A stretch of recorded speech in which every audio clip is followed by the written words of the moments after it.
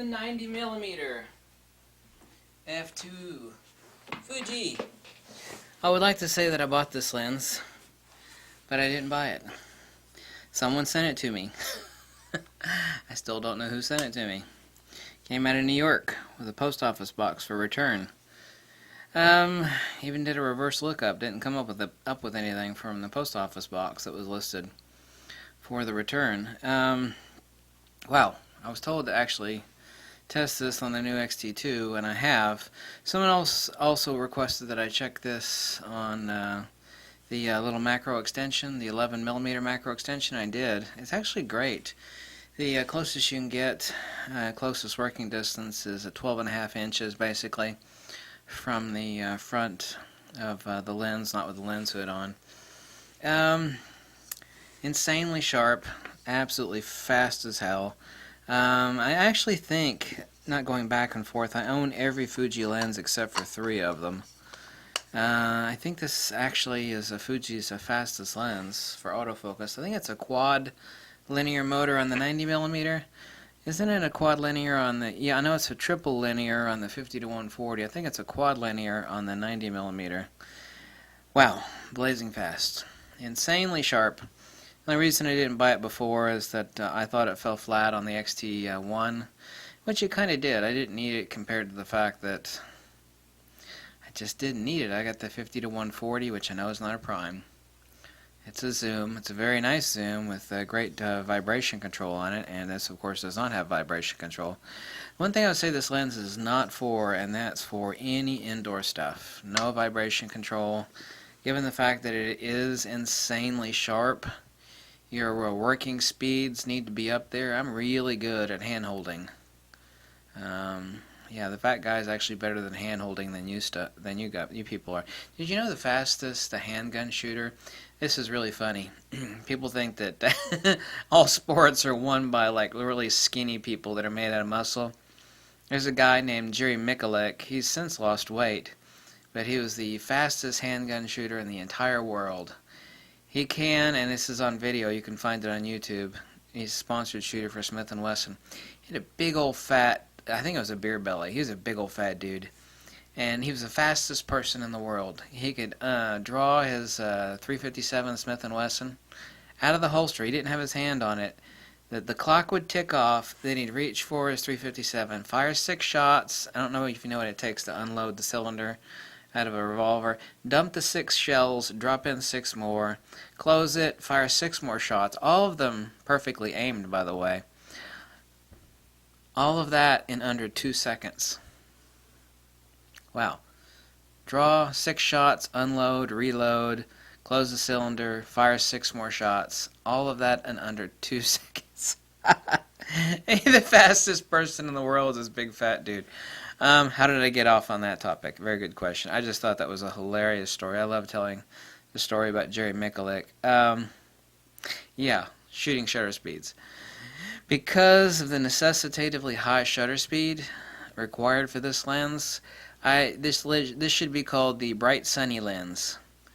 Either that or the Studio Strobe lens, because this is not a lens I would recommend for any indoor shooting at all, unless you've got a wireless slave or a strobe trigger, dropping some serious light in a heartbeat, and then the speed of light becomes your shutter speed. Without vibration control, and the fact that it is insanely sharp, do not recommend this as an indoor lens. Basically anything outdoors you could think of, but I would not haul this lens indoors. So that's my recommended warning on this lens. Is that really a warning? No. Everybody asks me why I use Nikon lens caps on my Fujis. Because the Fuji lens caps suck. They've actually since changed that, and they've gone with better lens caps on their 50-140 and their 16-55 and their new 35mm f2 and 23mm f2. So they got the word out. Their old lens, it's like the better a lens is made, the more crappy. Zeiss is the same way. Zeiss has really crappy lens caps. But anyway, there's no vibration control on this lens, which is perfectly fine. It's made in Japan. It's incredibly well made. It is sharper than a razor. You've ever seen one of those old-time razors, the real old-time ones where they actually sit there and they hone it on a piece of old cowhide? and you could just sit there and take a hair, just like whoosh, just slice it like butter. That's how sharp this lens is. Really good. Very, very nice lens on the X-T2. I'm glad I own it now, especially even that I didn't pay for it. Even if I did pay for it, which I didn't, I mean, I'd be very, very happy with having had made the purchase, which I didn't make on this lens. Excellencia. With the 11mm macro extension tube, works perfectly fine. I can't see that I would ever be really using that on this particular lens, so it works fine. Not recommended, not very useful. There are a lot of other Fuji lenses that work wonderfully with a macro extension tube, a lot better than this one. Just because you can do something doesn't mean it's the best to do that. Has a nice plastic lens hood. It's not metal like the 60mm and some of the old Fuji lens hoods are. There we go. That's the 90mm Fuji. Should call this the outdoor lens, however. Very creamy, very beautiful. I said sharp as hell. And fast. Absolutely the fastest autofocus. Damn. You're on the X-T2 in boost mode. This lens is right there, right damn fast.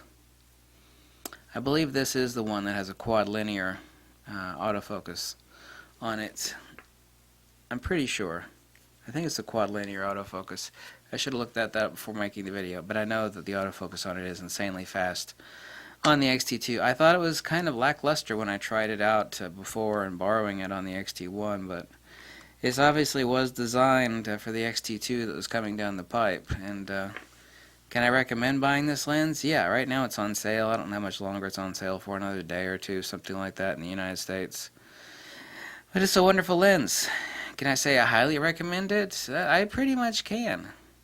I just didn't buy it before because I didn't have a need for it, given what I had. But I am really happy that I do own it now, regardless of the fact that I didn't pay for it.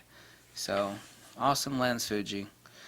It's a lot better on the X-T2 than it is on the X-T1. I'm not saying like, whoa, 16 megapixels versus 24. No, I'm saying autofocus speed and how it actually renders on the X-T2 is better than on the X-T1. So, whoever sent me that note was dead right, and they knew what they were talking about. It's better on the X-T2. So, thanks for watching. Catch you later. Bye.